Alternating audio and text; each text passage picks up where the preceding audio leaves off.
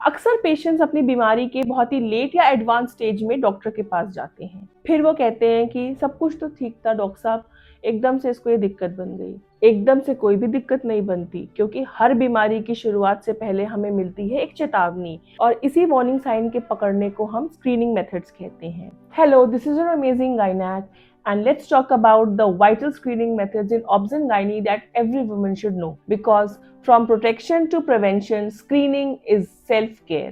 Talking about the screening methods in obstetrics, screening generally trimester wise होती है, और इसमें भी मैटरनल स्क्रीनिंग अलग होती है फॉर मैटरनल रिलेटेड डिसऑर्डर्स, और फीटल स्क्रीनिंग होती है for foetal issues. Foetal screening generally बच्चे में कोई जेनेटिक एबनॉर्मलिटी या बनावटी प्रॉब्लम को डिटेक्ट करने के लिए होती है। Mainly there are two methods for this, blood test and ultrasound for soft tissue markers. इसमें हम डिटेक्ट करते हैं various chromosomal aneuploidies, Edward syndrome, Down syndrome, Patau syndrome, या कोई sex chromosome related abnormality. For fetal screening a newer blood test is available, NIPT, non invasive prenatal testing, जिसमें हम maternal blood में fetal DNA को identify करते हैं to detect for any chromosomal abnormality. If the fetal screening is positive for any fetal anomaly or chromosomal abnormality, then we go for the confirmatory invasive test, जैसे कि amniocentesis और chorionic villus sampling, जो कि fetal medicine units में possible है। Pregnancy takes a toll on the mother's health,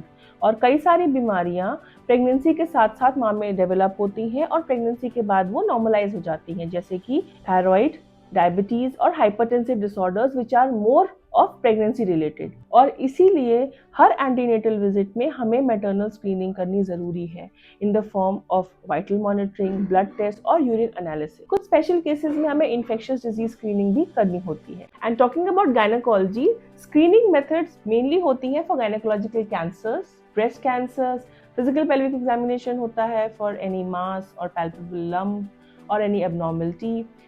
sexually transmitted infections के लिए भी स्क्रीनिंग मेथड्स होती हैं। For cervical cancer screening we mainly have pipe smear, जो कि आप में से बहुत लोगों ने सुना होगा। Then we have liquid based cytology, HPV DNA testing, और इसका एक स्क्रीनिंग रिजीम होता है।